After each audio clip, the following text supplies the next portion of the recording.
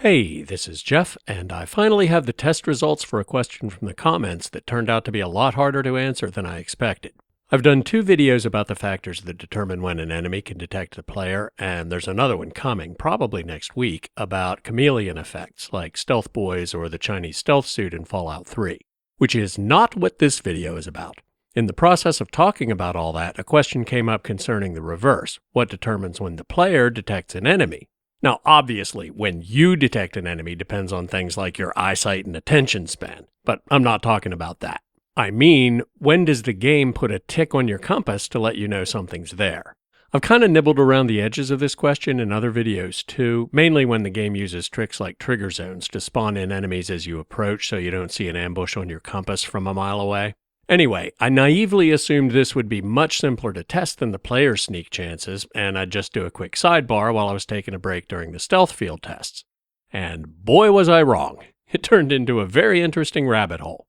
The first complicating factor is that there's no function call I'm aware of to determine the answer in a script. Get detected, which is what I used for the sneak analysis, kinda works on the player too, but it requires line of sight. If there's something within range behind a wall, it shows up on your compass, but get detected returns false. And even when the enemy is visible on screen, the distance where it starts returning true doesn't correspond exactly to the distance the enemy appears on your compass. There's another function called isActorDetected, but it's even less help in this context. It always returns 0 if you call it with the player as the detecting reference. So all the tests were manual. Which wasn't the end of the world, it just meant the data wouldn't be as accurate because it relied on me slowly walking toward a creature, stopping as soon as I noticed it appear on the compass, and recording a distance measurement. Another minor complication was that the distance where you lose an enemy that's already on your compass is slightly longer than the distance where they first appeared, so I couldn't just move back and forth a bit to get a more precise reading after I noticed the compass tick. Since the data is so noisy and some of the factors are subtle, I didn't bother making graphs. If the distance with a high stat is definitely farther than with a low stat, but the incremental improvement at each step in between is within the measurement error, then seeing a jagged line between the low number and the high number wouldn't really add any value.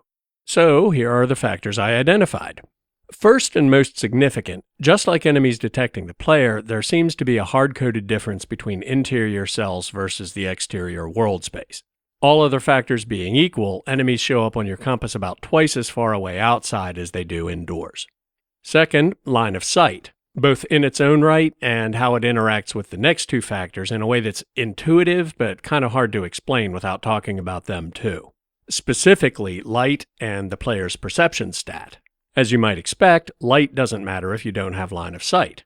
If you do, an enemy will show up about 10% farther away in a brightly lit area than in the dark. Conversely, the player's perception stat only seems to matter if you don't have line of sight, which is also kind of intuitive, because if you can't see the enemy, you're relying on other senses to detect them, the acuity of which is what the perception stat reflects. But even then, it only matters if your perception is really low. The difference between perception 1 and perception 10 is significant, more than twice as far at 10, but around 4 or higher, the effect, if there was any effect at all, was within the measurement error. And that blew my mind, because I can't tell you how many times I've prioritized perception for a particular build because I would have sworn it let me detect enemies on the compass farther away.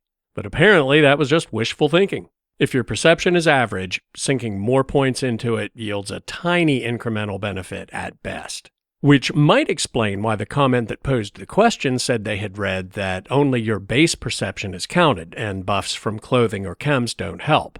Turns out they actually do, but if your perception is already average or better, you probably won't notice the difference. However, if your perception is 1 and you want to expand your radar, it'll help a lot if you put on a baseball cap and pop some mentats, like potentially double the range. And speaking of radar, the amount of benefit you get from Eddie's Enhanced Sensors perk is also somewhat dependent on your perception stat, but unlike clothing or chems, it definitely helps even if your perception is maxed. At Perception 10, it increases the range more than 30%, but at Perception 1, enemies will show up 4 times farther away. And finally, some enemies are easier to detect than others. I looked at a few differences I thought might matter and found some surprises. Creatures have an attribute called foot weight in the GEC, which theoretically influences how easily they can detect each other. I didn't test that aspect of it, but it didn't have any measurable effect on the compass. The actual difference was like deja vu from the sneak and detection analysis, but with an even more surprising wrinkle. If you saw that video, you might have already guessed that it was their level, and it was, but here's the shocker. It's an inverse relationship. With decent perception, a ghost person shows up on the compass about 20% farther away than a basic feral ghoul, which doesn't even come close to compensating for their god mode ability to detect you, but I guess every little bit helps. And paradoxically, unlike the other factors, their level matters less the lower your perception is. At perception 1, it doesn't matter if it's a feral or a ghost person. If you don't have line of sight, you can walk around a corner and practically bump into it before it shows up on your compass. Finally, their size only matters if it affects line of sight. What I mean is, big enemies need big obstacles to stay concealed. Say you have a level 6 super mutant and a level 6 giant ant hiding in a room behind a door, and you don't have line of sight on either one. They'll appear on your compass at the same distance. But now say they're in an open area standing behind a waist-high wall. The super mutant's visible on screen, but the ant isn't. In the dark, they'll appear on your compass at the same distance, but in broad daylight, the super mutant will show up first. And that's it. I should have the stealth field analysis done by next week, and after that, I'll be back into series mode. As always, thanks for watching. Like, subscribe, turn on notifications, leave a comment if you have other questions or suggestions, and I'll see you soon.